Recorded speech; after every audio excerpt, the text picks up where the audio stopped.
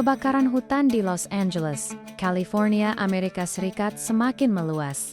Kondisinya pun mencekam. Langit menjadi merah terang, dengan kepulauan, asap dan abu yang berterbangan di bawah angin. Sejak 7 Januari tahun 2025, ribuan bangunan terbakar. Puluhan orang dilaporkan tewas, dan belasan lainnya hilang. Pakar menduga kerugian yang disebabkan oleh kebakaran Los Angeles ini mencapai puluhan miliar dolar Amerika Serikat. Lantas, apa yang menyebabkan besarnya kebakaran hutan di Los Angeles? Ada sejumlah faktor, mulai dari fenomena alam hingga penataan tata ruang kota yang dinilai memicu besarnya kobaran api. Berikut sejumlah faktor yang mempengaruhi besarnya kebakaran hutan di Los Angeles.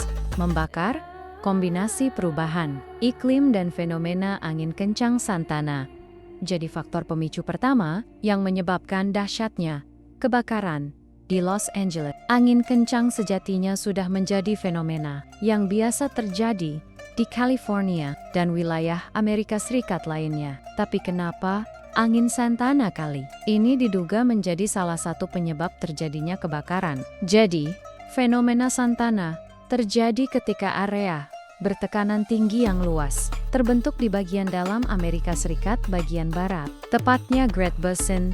Nah, angin yang melewati wilayah itu terus bergerak menuju pegunungan Sierra. Saat turun udara semakin kering dan kecepatannya bertambah, kecepatan angin Santana bisa mencapai 95 to 160 km per hour.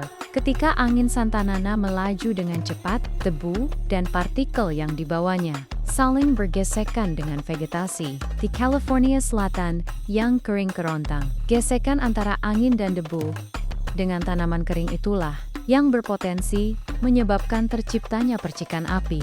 Jika sudah ada percikan api, kebakaran akan sulit dipadamkan. Karena kencangnya angin membantu menyebarkan api dengan cepat, ditambah dengan tanaman kering yang saling berdekatan. Adapun tanaman di Los Angeles mengering, tak lain dan tak bukan karena dampak dari perubahan iklim yang kontras. Jadi pada tahun 2022 dan 2023, hujan deras mengguyur Los Angeles.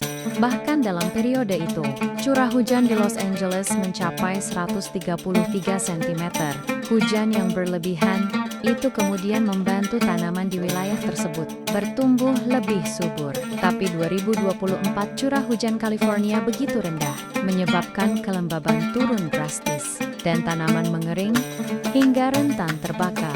Tambah angin kencang juga turut menyulitkan. Petugas penyelamat yang memadamkan api lewat helikopter sudah menyulitkan pemadam kebakaran dan membantu. Api meluas dengan cepat. Angin Santana juga berperan menimbulkan cuaca yang mendukung terciptanya lebih banyak api. Jadi begini, ketika api memanaskan udara di atasnya, terciptalah arus udara yang cukup kuat untuk membentuk awan pirokumulatif yang besar. Awan badai itu berbahaya karena bisa mengeluarkan sambaran petir yang dapat memicu lebih banyak kebakaran di dekatnya. Intinya, dampak dari kombinasi antara angin dan apilah yang memperburuk kebakaran hutan di Los Angeles. Aku mau. Faktor penyebab besarnya kebakaran selanjutnya adalah penataan tata ruang kota di California yang dinilai buruk. Jadi penataan tata kota Los Angeles adalah kawasan penyebaran atau urban sprawl. Nah, wilayah-wilayah perbukitan yang selama ini jadi zona penyangga kebakaran hutan, kini berubah menjadi permukiman. Karena jenis tata kota yang menyebar, mau tak mau, pohon-pohon yang bisa menahan kebakaran pun harus ditebang. Yang tersisa hanyalah tanaman hias, seperti perdu ataupun semak yang tak bisa menanapi, dan justru memperburuk keluasan kobaran. Selain penataan, ketidakpatuhan mayoritas penduduk di Los Angeles akan aturan membangun gedung pun jadi salah satu faktor yang mendukung besarnya kebakaran. Jadi dalam standar pencegahan kebakaran modern, sudah diatur material-material apa saja yang tahan akan kebakaran. Namun karena banyak rumah yang dibangun sejak 1990, otomatis material yang digunakan pun belum sesuai dengan standar pencegahan kebakaran. Selain penggunaan material bangunan, banyak pula penduduk Los Angeles yang tidak mematuhi aturan 2 meter area pertahanan dari api.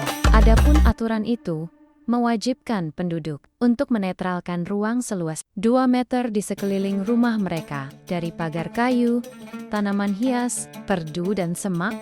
Tujuannya jika ada kebakaran, maka rumah tidak akan ikut terbakar karena ada jarak 2 meter dari benda-benda yang mudah terbakar. Faktor ketiga yang menyebabkan sulitnya mengendalikan api adalah krisis air di Los Angeles. Jadi, selama kebakaran merebak, Boniac System air hidran yang mengering karena kebutuhan yang tinggi dan pemutusan aliran listrik. Banyak aliran listrik di Los Angeles diputus, bukan tanpa alasan.